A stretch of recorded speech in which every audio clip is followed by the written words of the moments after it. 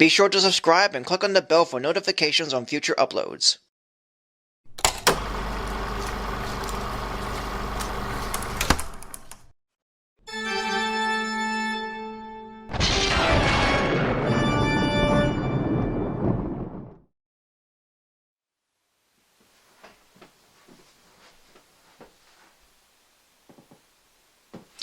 Hello everyone, Sulli-Ween here, or you can call me Sully.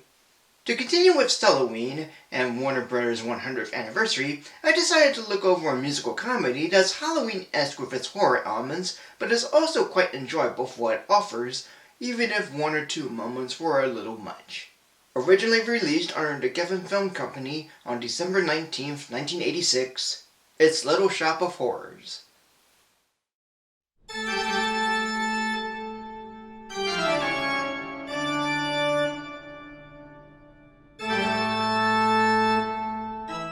Director Frank Oz had made a fun musical comedy based on a 1982 off-Broadway musical by Howard Ashman, who wrote the book and lyrics and directed the first version of the play, as well as write the film's screenplay, and with music by Alan Menken, which itself is based on the 1960 Roger Corman movie that first starred Jack Nicholson, and is written by Charles Griffin.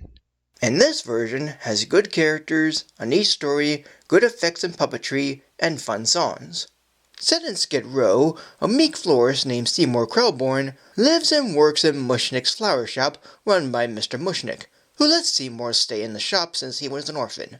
But the shop is doing very poor business as no one is buying any flowers, until Seymour brought in an exotic-looking plant he named Audrey II after his co-worker and friend Audrey, which he bought at a Chinese flower shop at the time when a total solar eclipse occurred. And by placing Audrey II by the shop window, the store made business selling flowers all around, and the customers take a good look at the plant. Yet the plant often dwindles, and the only thing that keeps it alive is blood, which Seymour feeds it some of his own blood. And Audrey II grows and grows, and the store sells more and more flowers, and Seymour becomes the talk of the town. But Audrey II, soon being able to talk, wants more blood from Seymour, and has him get human flesh and blood no matter where.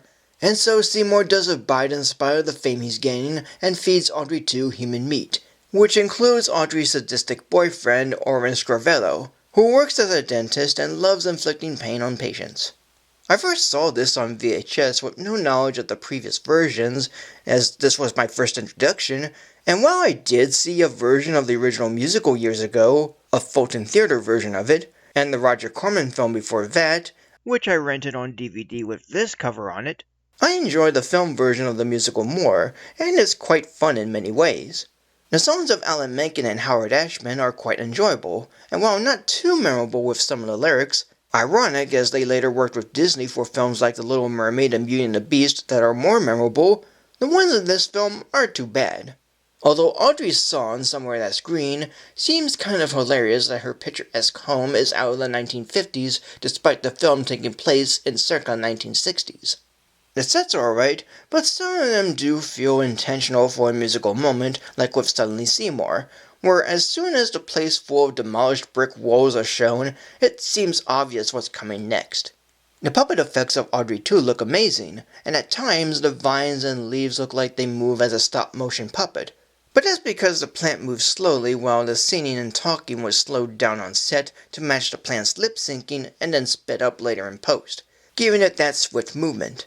The casting of the film is decent and somewhat perfect, and that includes all the guest star appearances and the trio of singing girls. Though I'm a little iffy on Ellen Greene given her voice, even if she starred in the original musical in the same role. There's a couple of decent laughs and chuckles I had, including Seymour's line of, "It's between me and the vegetable." Now one major thing I want to mention is that I'm reviewing the version that originally premiered in 1986. As what I saw on VHS and a later DVD copy, that has a happy ending in which Seymour defeats the plant and he and Audrey lived happily together as an Audrey II is smiling in their garden. But the original third act was completely different and more in tune with the original musical's ending, where Audrey dies, then Seymour dies, then the plant gets sold worldwide and causes world domination. Though this ending did get released on a director's cut DVD in 2012, which I also own, But I felt the original ending, despite its good effects, was kinda depressing when I first saw it, and it still is. Not to mention that it's too long, slower than the new ending, and I prefer James Belushi over Paul Dooley.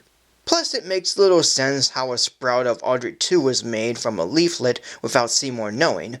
Also, the director's cut is oddly edited, with some sound effects missing and a few timing issues. Surprisingly, the original ending left test audiences angry for killing the characters, and that the other ending was soon filmed and used. However, the version with the new ending is still enjoyable. There's some nice laughs or chuckles from me, toe-tapping songs, good puppetry and effects, decent characters, and alright sets. And though there are a few bits I found to be unintentionally funny, I do like it and prefer it over the director's cut and the original Roger Corman film. 3 Halloween Bugs Bunnies. And that is it. So thank you for joining me. Like, comment, subscribe, follow me on Facebook or X, support me on Patreon, and do next time for more of Sulli-Ween. And thanks for your time.